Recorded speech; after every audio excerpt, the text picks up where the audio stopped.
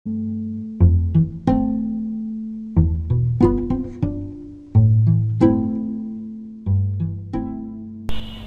যে গাছটিকে কৃষ্ণচূড়া ভেবেছিলাম, যার উদ্দেশ্যে ধ্রুপদী বিন্যাসে কয়েক অনুচ্ছেদ প্রশস্তি লিখেছিলাম, গতকাল বলাইবাবু বললেন ওইটি বানরলাঠি গাছ।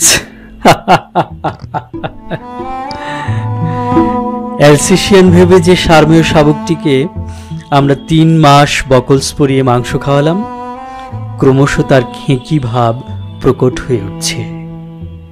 আমরা টের পাইনি আমাদের ঝর্ণা কলম কবে ডট পেন হয়ে গেছে, আমাদের বড়বাবু কবে হেড অ্যাসিস্ট্যান্ট হয়ে গেছেন, আমাদের বাবা কবে বাপি হয়ে গেছেন। আমরা বুঝতে পারিনি আমাদের সর্বনাশ হয়ে গেছে।